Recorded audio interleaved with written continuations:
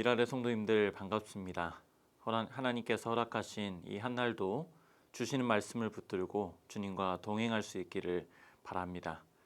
오늘 우리에게 주시는 하나님 말씀은 구약성경 사무엘상 12장 16절에서 25절까지의 말씀입니다. 당신들은 그대로 서서 주님께서 이제 곧 하실 큰 일을 눈으로 직접 보십시오. 지금은 밀을 거두어 드리는 때가 아닙니까?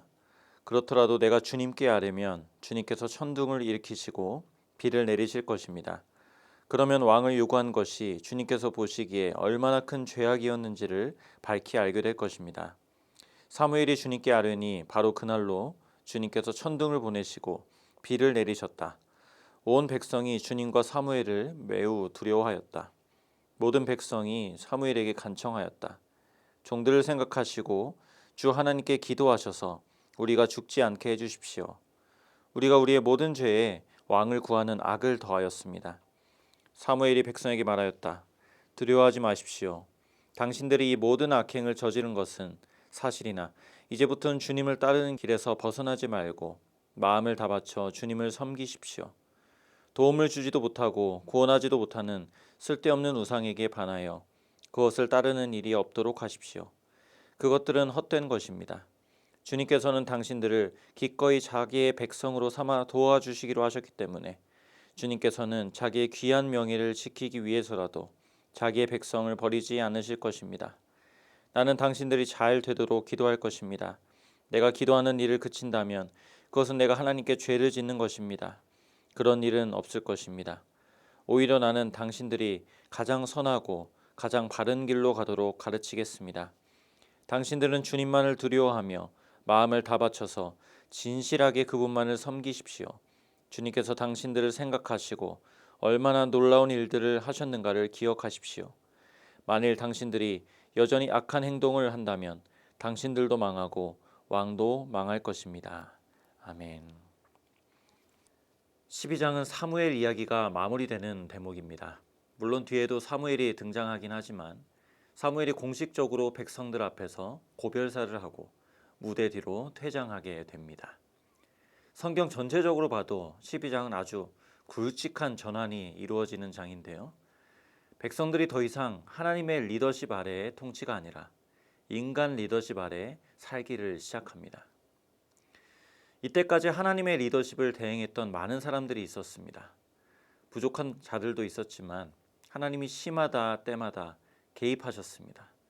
그래서 이스라엘을 애굽으로부터 가나안으로부터 블레셋과 모압으로부터도 건져 주셨죠. 그러면서 성경은 우리에게 질문하는 겁니다. 무엇을 더 바라는가? 결과적으로 봐도 무엇이 부족해서 하나님의 리더십을 거부하는가? 바로 앞 11장에서도 이스라엘이 암몬과 싸워 승리를 거뒀습니다. 하나님이 도와주지 않았으면 절대 이길 수 없는 전쟁이었습니다. 그런데 백성들은 이 승리를 하나님이 주신 승리가 아니라 사울의 승리로 이해했습니다. 온 이스라엘이 그렇게 사울에게 열광하고 있을 때 사무엘 혼자 표정이 심각한 거죠.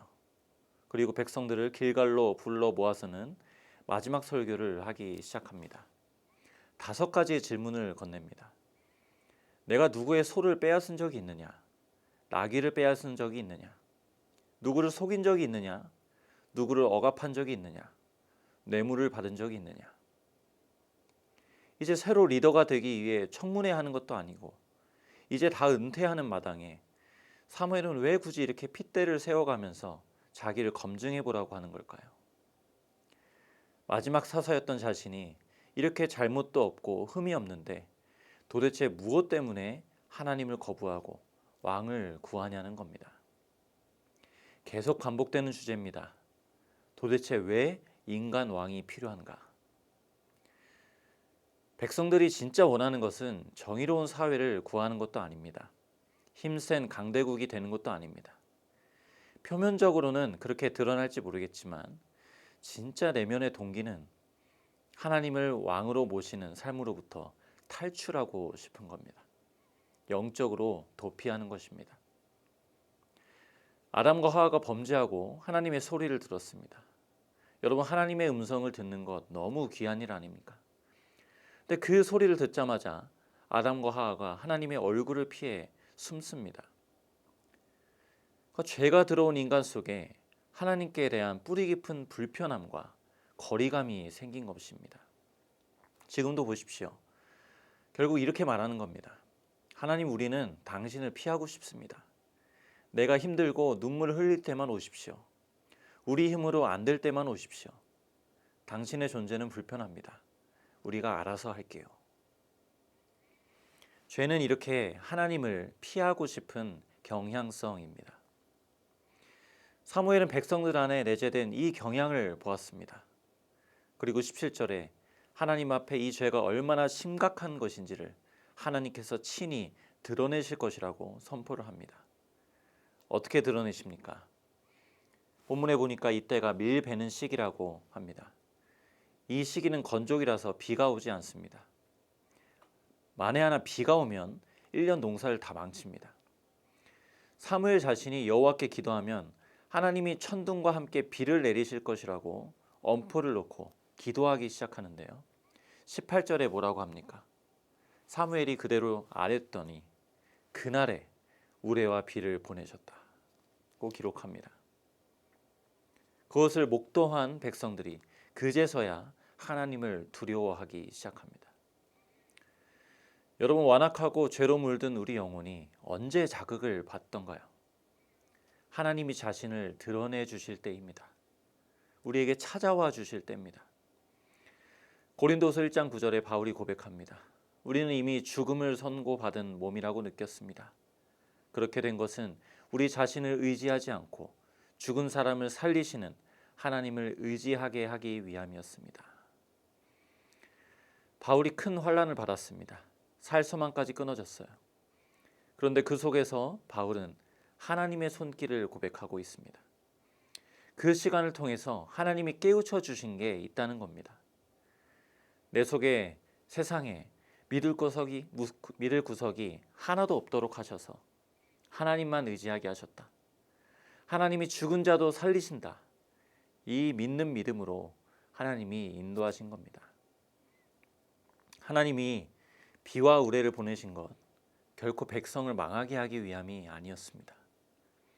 이제 인간왕이 세워지더라도 너희는 내가 필요하다 라는 것을 교훈하신 겁니다. 20절 말씀에 사무엘이 백성에게 이르되 두려워하지 말라. 너희가 과연 이 모든 악을 행하였으나 여호와를 따르는 데서 돌아서지 말고 오직 너희의 마음을 다하여 여호와를 섬기라. 두려워하지 말라. 이것이 하나님의 본심입니다. 우리가 믿음의 길을 걸어갈 수 있는 유일한 소망도 자기 백성을 끝까지 붙드시는 이 하나님의 신실하심에 있습니다. 도종환 시인이 멀리 가는 물이라는 시를 지었는데요. 그 중에 이런 대목이 있습니다. 때 묻은 많은 것들과 함께 섞여 흐르지만 본래의 제 심성을 다 이지러뜨리지 않으며 제 얼굴, 제 마음을 잃지 않으며 멀리 가는 물이 있지 않은가. 탁했던 강이 어느 순간 깨끗한 물로 바뀝니다.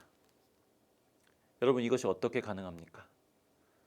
더러운 물과 함께 섞여서 흘러가기도 하지만 본질을 잃지 않은 깨끗한 물이 있었기 때문입니다.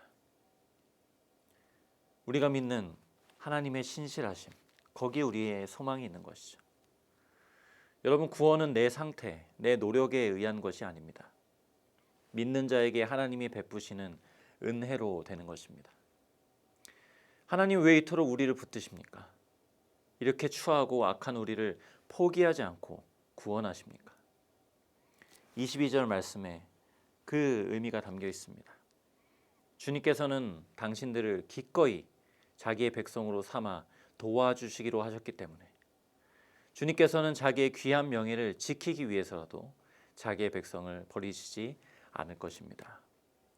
자, 첫 번째, 하나님은 저와 여러분을 자기 백성 삼으시겠다고 결정하신 그 뜻 때문에라도 우리를 포기하지 않으십니다. 두 번째, 자기의 귀한 명예를 지키기 위해서라도 우리를 버리지 않으십니다. 시편 23편 3절에도 우리가 잘 아는 고백이죠. 내 영혼을 소생시키시고 자기 이름을 위하여 의의 길로 인도하시는도다. 그러니까 구원은 전적인 하나님의 은혜입니다. 하나님이 우리 인생에 꼭 뭘 더해주지 않으셔도 이 선택을 받은 이 은혜만으로도 우리가 평생 찬양할 제목이 아니겠습니까? 이스라엘 백성들은 불확실한 삶을 확실하게 하고 싶었습니다. 그러나 여러분, 신앙은 내 편에서 확실하게 하고 싶은 마음을 거부하고 하나님만 의지하는 겁니다. 이 한날도 바울의 고백처럼 우리 자신을 의지하지 않고 죽은 사람을 살리실 수 있는 그 하나님만 의지하는 하루가 되시길 바랍니다. 나아가 우리를 포기하지 않으시는 신실하신 하나님의 사랑을 붙들고 찬양하는 날 되시기를 간절히 바랍니다. 기도하시겠습니다. 하나님 아버지, 감사합니다. 우리를 포기하지 않으시고 늘 신실한 사랑으로 붙드시는 그 하나님의 마음을 우리가 다시 한번 본문 속에서 발견합니다. 하나님, 우리는 그 하나님을 떠나고 또 하나님의 사랑을 잊고 살 때가 많이 있지만 하나님, 그런 우리에게 늘 간섭해 주시고 찾아와 주셔서 우리를 주님께로 향하게 하시는 그 귀한 은혜도 감사합니다. 오늘도 이 말씀을 붙들고 이 한날을 하나님의 영광을 위하여 살아드릴 수 있도록 도와주시옵소서. 힘들고 어려울 때에도 다른 것 의지하지 않고 하나님만 의지하면서 나아가는 믿음을 우리 가운데 허락하여 주시기를 간절히 소원합니다. 그래서 오늘도 믿음으로 승리하실 수 있는 우리 모든 성도님들 될 수 있도록 주여 인도하여 주시옵소서. 예수 그리스도의 이름으로 기도드립니다. 아멘.